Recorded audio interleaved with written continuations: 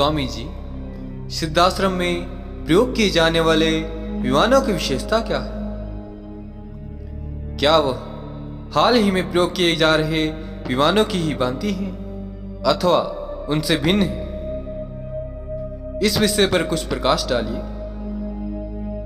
साधक के प्रश्न सुनकर योगी मुस्कुराए एवं उन्होंने कहना प्रारंभ किया, इसमें कुछ भी रोचक बात नहीं है।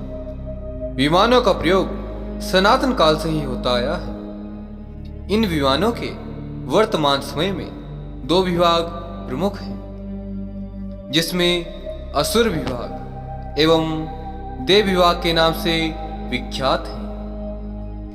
असुर विभाग के यान किसी मेंढक की भांति प्रतीत होते हैं, जबकि देवकुलों की यानों की संरचना किसी हंस के जैसी प्रतीत होती है। यह मांत्रिक के साथ साथ यांत्रिक विद्या भी है। इन यानों के द्वारा लोकांतरों की यात्रा संभव है। यान विद्या खास तौर पर कौलांतक पीठ में मुख्य रूप से प्रचलित रही, जिसे सिद्धाश्रम में पीढ़ी दर पीढ़ी प्रदान किया जाता रहा है। इसे यक्ष विद्या भी कहा जाता है। नाथ परंपरा के अनेक संतों ने इसका प्रयोग किया है। इसके अलावा समय के अनुसार यान विद्या के दो अन्य विभाग भी प्रमुख हैं, जिसमें वैदिक विभाग के यानों के 12 कुल थे। दूसरा विभाग है पौराणिक विभाग। यह यान सूर्य ऊर्जा का मुख्य तौर पर प्रयोग करते थे।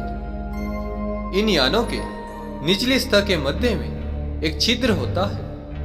उस छिद्र से अत्यंत तेज प्रकाश निकलता रहता है।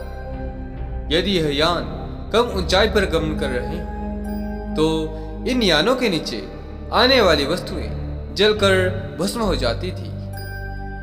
इन यानों के छतों पर रसायन विद्या के माध्यम से तैयार किए हुए विशेष प्रकार की मणियों का प्रयोग किया जाता रहा है। यह मणियां असंख्य की संख्या में लगी होती थी। यह सूर्य के प्रकाश की ऊर्जा को अवशोषित कर उसे गतिज ऊर्जा में परिवर्तित कर देती थी। यह परिवर्तित ऊर्जा यान के अधोवर्ती भाग में लगे छिद्रों के माध्यम से प्रकाश के स्वरूप से निकलती थी। यान पर लगा ध्वज कुल को प्रदर्शित करता था। कौतूहल एवं उत्सुकता में डूबे साधक ने पुनः प्रश्न किया कि यदि यह यान सूर्य के प्रकाश से गति करता था तो सूर्य के बादलों के मध्य छिप जाने पर अथवा रात्रि के समय में विमान कैसे गति करता था?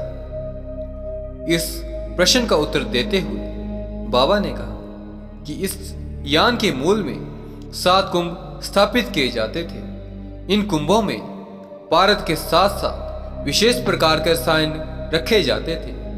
कुंभों का शीर्ष अष्ट धातुओं एवं विशेष रासायनिक क्रियाओं से निर्मित धातुओं से बना होता था।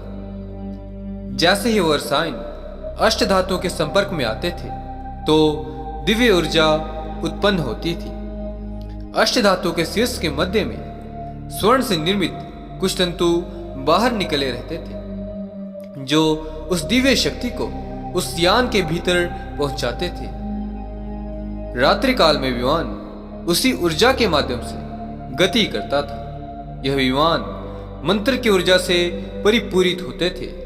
इसके अलावा सूर्य चक्र के अनुसार विमान सूर्य के प्रकाश से, पानी की शक्ति से, ध्वनि की ऊर्जा के प्रयोग से, विभिन्न जड़ी बूटियों के रसों के प्रयोग से, मणि की शक्ति से, यांत्रिक ऊर्जा से, मंत्र शक्ति से, रसायन से, पारद की शक्ति से गतिमान होने वाले विमान प्रमुख थे। 12 कुल के यानों के नाम इस प्रकार हैं: ब्रह्मकुल, विलासकुल, नागादिकुल, गरुड़ादिकुल, सत्वध्वजकुल, रजध्वजकुल, तमध्वजकुल, संघारादिकुल, गुप्तकुल, मायादिकुल, दिव्यकुल। इनमें सबसे विशाल यान मायादी कुल का है। यह मुख्यतः युद्ध के विमान थे। इनमें से सिर्फ 2 ही विमान ऐसे थे जो ऊपर से पूरी तरह खुले थे, अर्थात जिन पर छत नहीं थी। यह विमान विलास कुल के थे। यह विमान अधिक ऊंचाई पर उड़ते नहीं थे।